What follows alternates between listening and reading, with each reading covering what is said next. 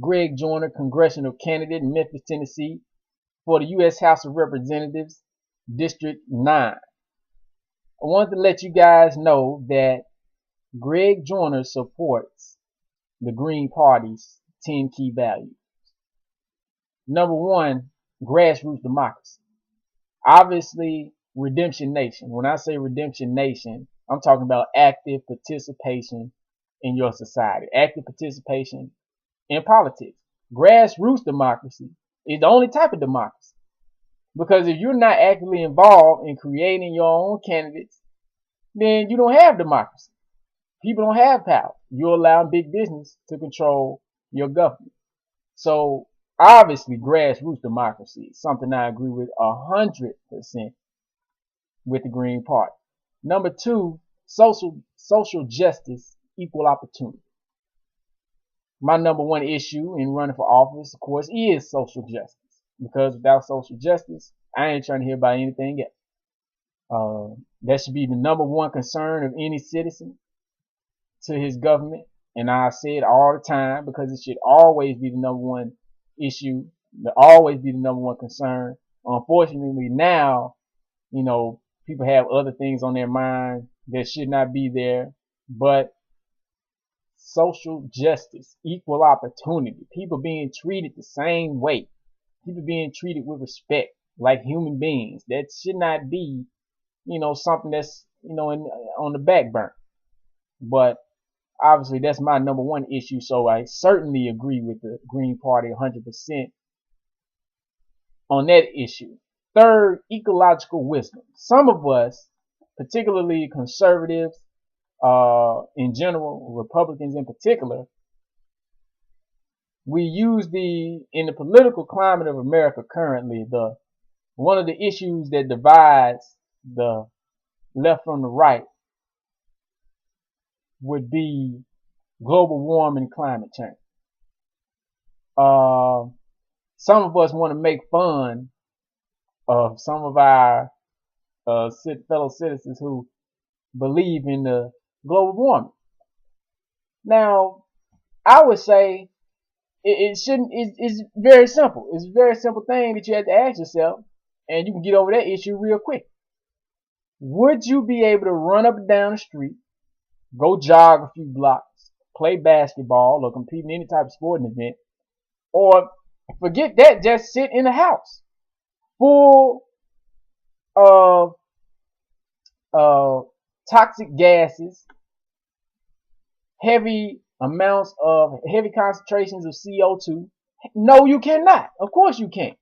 So of course these things are important. These are, to me, that's a very simple way to look at it.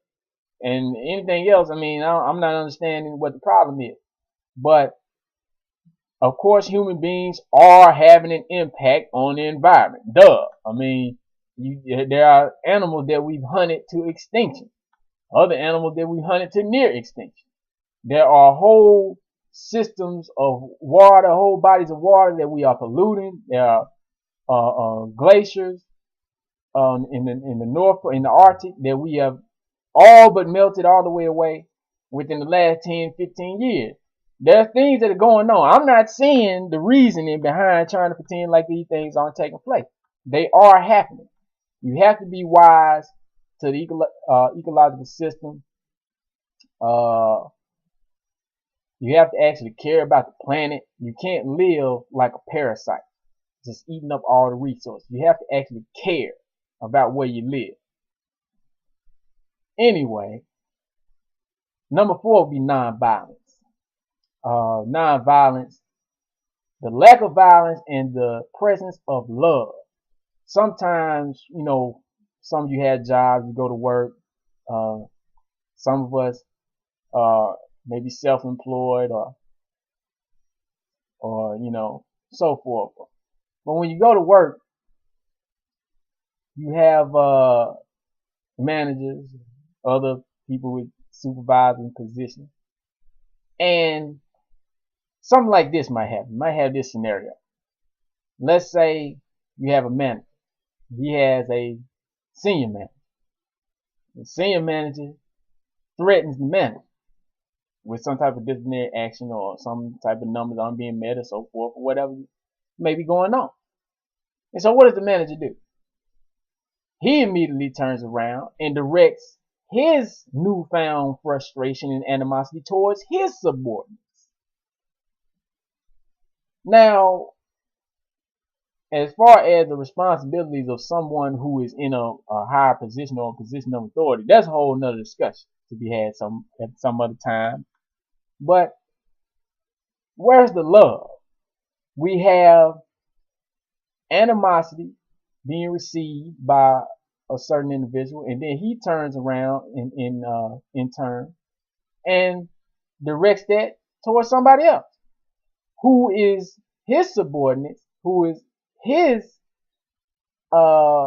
working hand to make himself look good, to make his level of productivity look good. That's the type of way we treat each other. Some of us, we have so much animosity towards our parents, towards our wives, our husbands, our children, and everybody close to us. Where is the love in the world today? I don't mean to sound like a hippie, but love is a hell of a lot better than hate. Decentralization. People talk about spread the wealth, redistribution of wealth, the centralization of power. The power needs to be with the people, needs to be at the local level, in the hands of those who know what their constituents need, those who know what the people around them need. A central government cannot benefit a country of 300 million people. It's not going to happen. That's ridiculous. There has to be a decentralization of power, decentralization of wealth. We have to deal with these monopolies. We have to attack the regulation on this economy that prevents smaller businesses from being able to compete with these corporate giants, so that the rich get richer and poor get poorer, and many of us can't achieve the American dream. I don't have a problem with people being wealthy, but I do have a problem with certain people not having to play by the same rules as everybody else. Certainly not. And I hear it all the time, people sometimes being pitted against the rich. See, we have this thing now going on in America, this class warfare. You got the poor hating on the rich.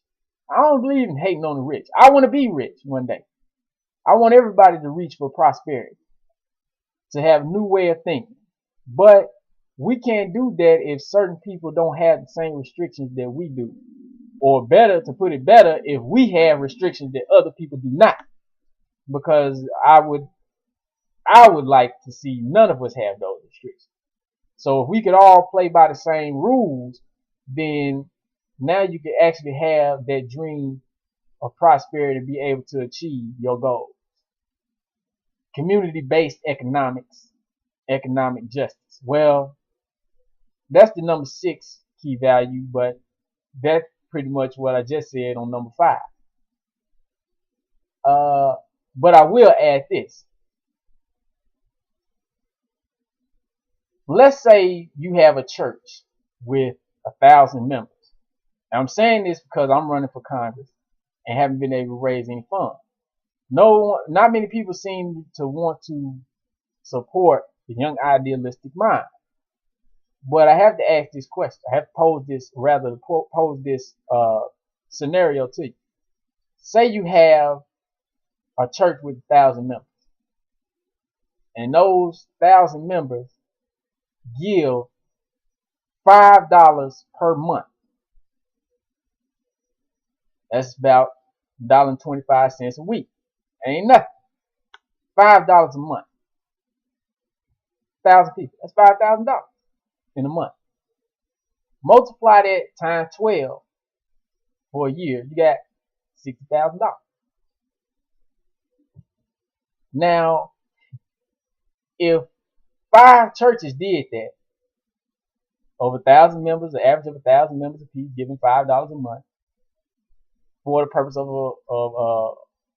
an individual political campaign, or any organization, not a church, but I'm just saying any type of or any type of body like that. If 5 churches did that, that's $300,000 in 1 year. An election cycle for Congress would be 2 years. Now, you see where I'm going with this. The funds are there. The resources are there for any community that wants to build community-based leadership, activism, economics. The resources are there. So there's no complaining. There's no use complaining. We got all the power we need to make this change. All the power we need. Number 7 value is feminism and gender equity. Me personally, I think the world would be a much better place if women had held the positions of leadership. I can't imagine a world full of women leaders, stockpiling thousands of nuclear warheads. I just cannot imagine that happening. Most of you know that would not take place either. Jill Stein is the Green Party's nominee for president this year. Jill Stein, Green Party nominee for president this year. She also ran back in, I think, the year 2000, if I'm not mistaken, as for governor of Massachusetts against, among other people, Mitt Romney. A very intelligent woman. Her vice presidential candidate, her running mate, Sherry Honkala, is also a strong, intelligent woman. But the Green Party, this is the second term in a row that the Green Party has run a woman as both their presidential candidate and vice presidential candidate. Because back in 2008, they ran Cynthia McKinney, who is my personal inspiration for even bothering with politics in the first place. And the vice presidential running mate was Rosa Clemente. So the Green Party is making a habit lately of running women as their candidates for highest office. And I respect that. And I can always get behind a woman, because in leadership, you need integrity, and you also need willpower. Of course, you need willpower because you are going to deal with some things. You're going to have some temptations placed in front of you to compromise yourself, and you have to have the strength, you have to have the heart to stand up to it and keep your integrity. But a leader has to have compassion. A leader has to look at the world from the standpoint of being the parent of the world, that the world is your children, that you care about somebody. I remember Jill Stein mentioned that she got into the race because,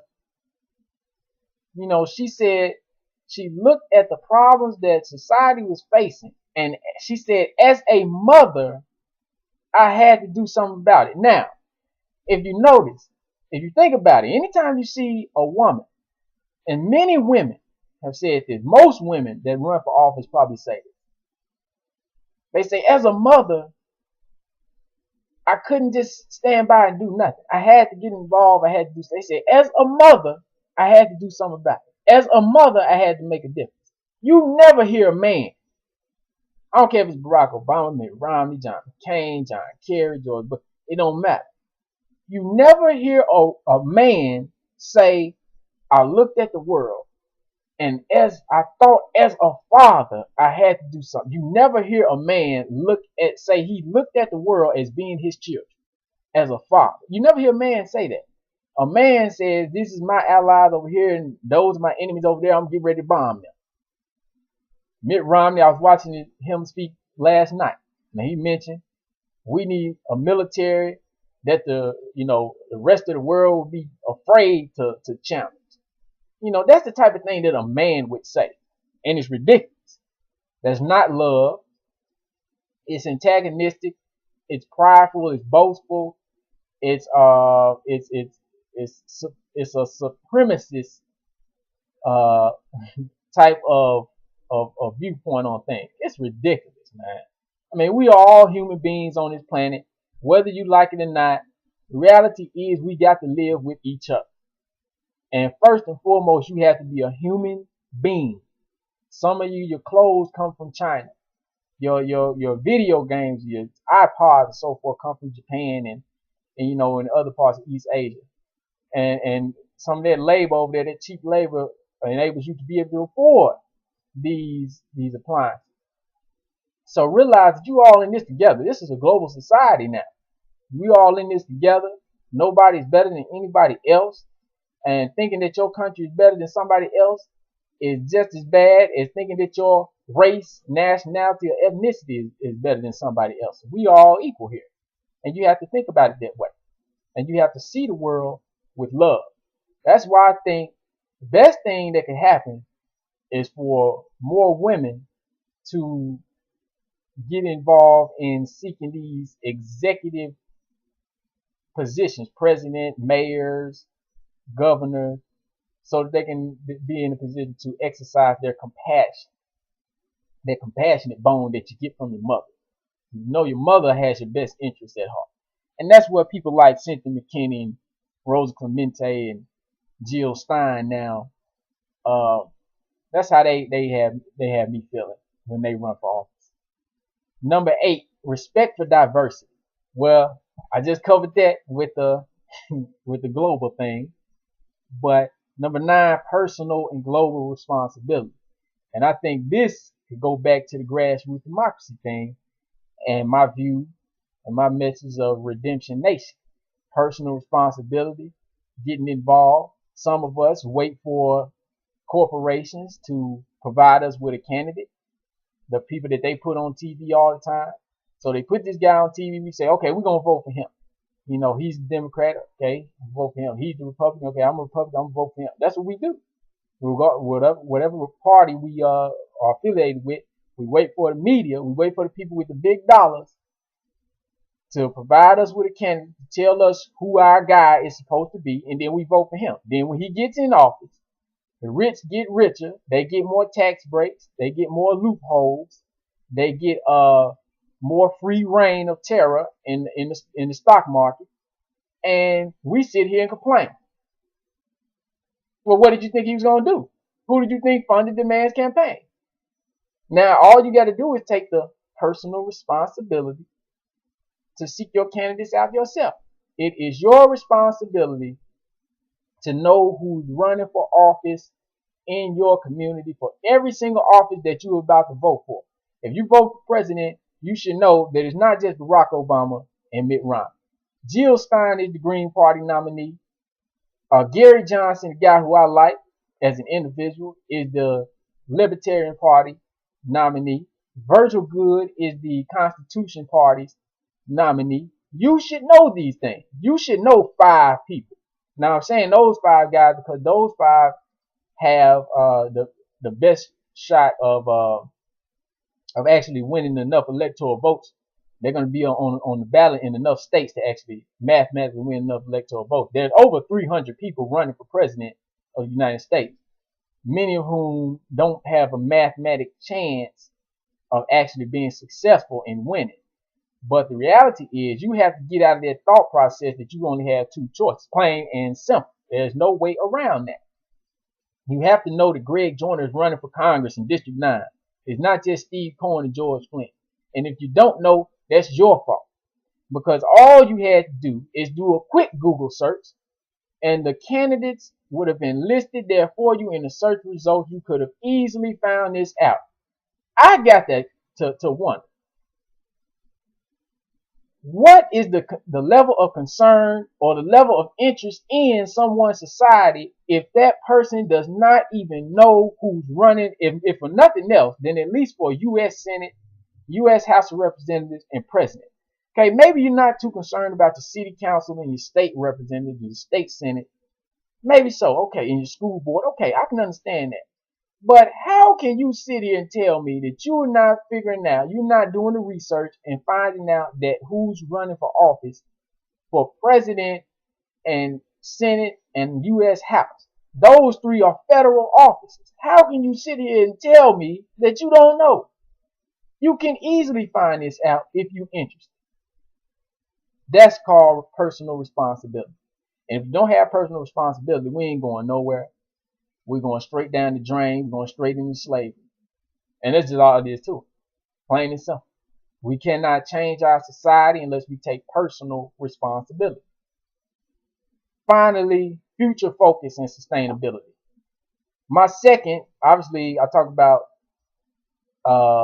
social justice, but my second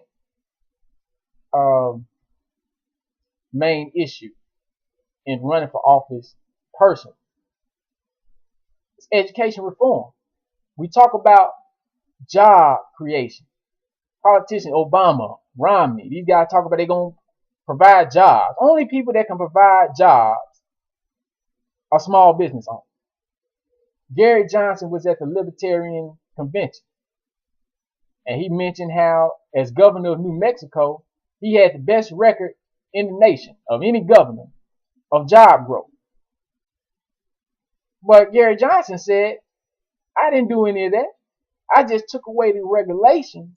I vetoed all legislation that would have prevented businesses from being competitive, that would have hampered small businesses, that would have hampered entrepreneurs from achieving their dreams. I just took those regulations away.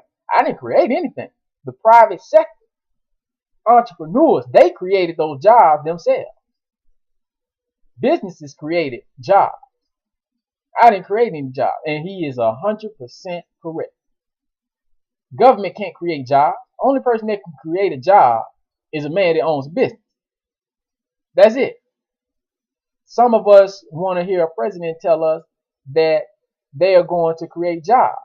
What? You cannot create permanent jobs by signing a piece of legislation. You can say, you can give somebody an incentive to say, well, you get a tax break if you hire somebody that has been out of work for 6 months. Okay, well, when you hire that guy, how long is he going to be there? Is he going to be there 6 months? 3 months? And then you fire him and hire somebody else that's been out of work for 6 months themselves, because you know that the last one hired gonna be the first one fired, and when it comes time to lay somebody off, because he's lacking seniority anyway. So incentives like that can't create permanent job growth. That's ridiculous. Which is why you sit up there and you wait every single election cycle and you ask a president, you ask a congressional candidate, how are you going to create jobs? Because evidently the last guy did not succeed in doing so. But when you talk about future focus and sustainability, what I'm saying is education reform. If we create an innovative educational experience for our young people, they will grow up and start new industries. If you plant the seeds in your educational system, it has to be a radical change in the educational system.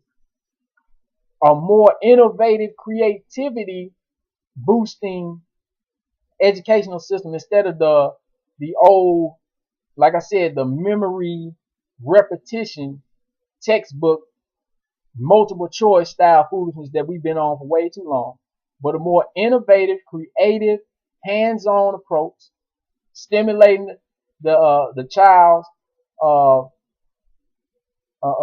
reach and ambition. They will grow up and create new industries, whole new industries, not just companies, but whole new industries, whole new energy sources, energy industries, competitive, and that will create sustainability. That will create job growth. Job growth will take care of itself if you stimulate your young people. But nothing's going to happen on no quick fix. I'm going to tell you that right now. Future focus and sustainability. You're going to have to go through some hard knocks.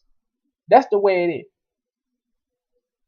But you can't get the baby without the labor pain. I want to have children one day, but I can't just snap my fingers and have a child. No, you got to go through the labor pain. First, you got to choose the right young lady in your life. And you have to be patient. You have to build something with her, build a connection with her. And then over time, you guys build a foundation financially as well as a strong home environment between one another to bring a child into. That's called future focus. That's called something that you can sustain. Greg Joyner of Memphis, Tennessee, candidate for the United States House of Representatives, Tennessee District 9, endorses or support, agrees with the 10 key values of the Green Party.